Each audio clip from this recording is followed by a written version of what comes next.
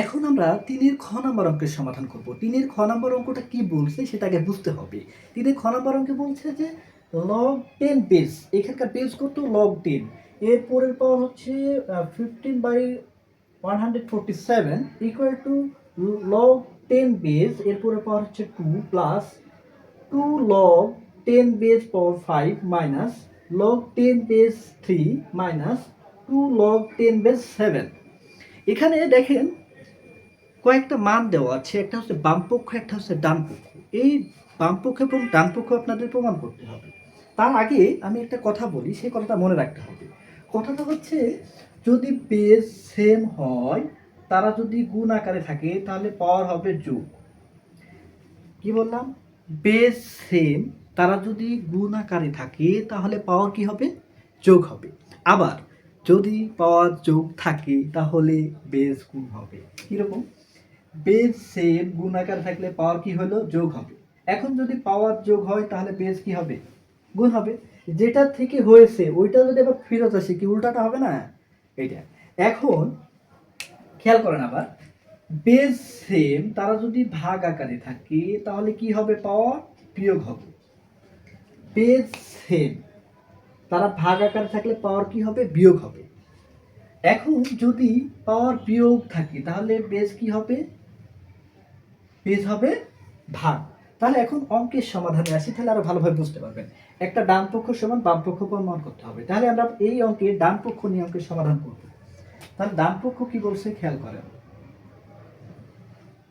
ডান পক্ষ equal to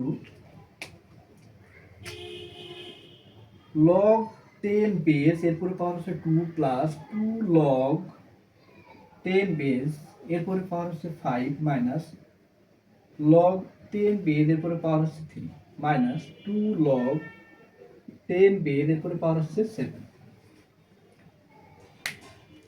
দেখেন এখানে একটা, দুইটা, তিনটে, চারটা পদ আছে, আর চারটা অঙ্ক মিলে একটা অঙ্ক করেছে। সেখানে আমরা এটা জানি যে log a বেস, এরপরে পাওয়ার সর্বোপরি পাওয়ারটা কি? সামনে আসে। এখন যদি এই সামনে এই পাওয়ারটা সামনেই থাকে তাহলে কোথায় যাবে? উপরে যাবে। যদি সর্বোপরি পাওয়ারটা সামনে আসে তাহলে সামনে থেকে পাওয়ারটা কি উপরে যাইতে পারে না?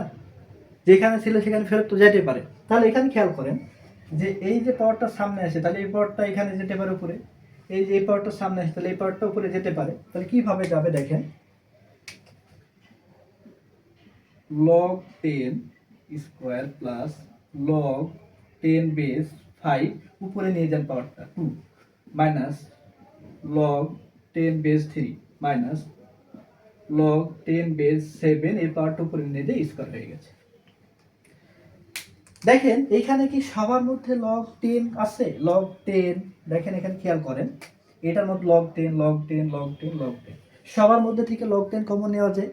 তাহলে সবার মধ্যে যদি log 10 কমন নেন তাহলে কি হয় দেখেন, log বেস 10 কমন নিয়েছি।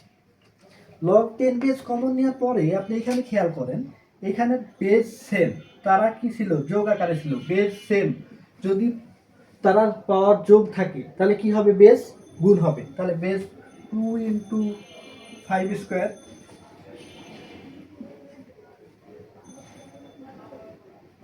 এখন দেখেন যদি বিয়োগ আকারে থাকে তাহলে এই বিয়োগের জন্য কি হবে? যদি ভাগ থাকে বিয়োগ হয়, তাহলে বিয়োগ থাকলে কি হবে? ভাগ হবে। ভাগ, এইটার পাওয়ার কত? 3 ইন্টু এইটার পাওয়ার কত? 7 স্কোয়ার। কি বললাম? বেস কমন নিয়েছি।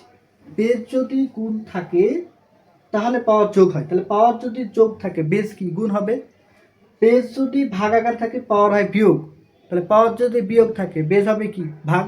ওই যে ভাগ হয়েছে। এখন আপনি এখানে গুণ করে দেন, 5 এর উপর স্কয়ার মানে 5 গুণ 5 25, তাহলে log 10 বেস নিয়েছি। log 10 বেজের কাজ শেষ। এখন দেখেন 2 ইন্টু 25, 2 ইন্টু 25 ডিভাইডেড 3 ইন্টু 7 এর উপর স্কয়ার করলে হয় হচ্ছে 49। তাহলে এখানে খেয়াল করেন ইকুয়াল টু log 10 বেস 25 গুণ 2 তাহলে 50 ডিভাইডেড 3 কে 49 দিয়ে গুণ করেন তাহলে কত হবে দেখেন, 49 গুণ 3, তাহলে 3 নাম 27, 7 হাত থেকে 2, 3 4 12 আর 2 14, 147, 147। তাহলে এইটা দেখেন তো আপনার ওই যে ডান পক্ষের সমান মিলেছে কিনা, লগ 10 বেস 50 বা 147, ওই যে লগ 10 বেস 50 বা 147, তার মানে এটা হচ্ছে আপনার বাম, এটা হচ্ছে আপনার বাম পক্ষ। তাহলে ডান পক্ষ ইকুয়াল টু বাম পক্ষ বা বাম পক্ষ ইকুয়াল টু ডান পক্ষ, এটা দেখানো হলো। এই হচ্ছে আপনার এই অঙ্কের সমাধান। তাহলে আপনি শুধুমাত্র একটা জিনিস খেয়াল করবেন যে লগের যে সূত্রগুলো আছে এইগুলো যদি আপনি ভালোভাবে জানেন তাহলে আপনার এই লগ সম্পর্কিত যে কোনো অঙ্কের সমাধান করতে পারবেন। আর এই সূত্রগুলো যদি আপনি ভালোভাবে, আমার প্রথম ক্লাসটা লগের যে প্রথম ক্লাস দেখেন, প্লেলিস্টের প্রথমে যে ক্লাসটা দেওয়া আছে এই ক্লাসটা আপনি ভালোভাবে বুঝে করেন তাহলে আপনি এই অঙ্কের সমাধান করতে পারবেন।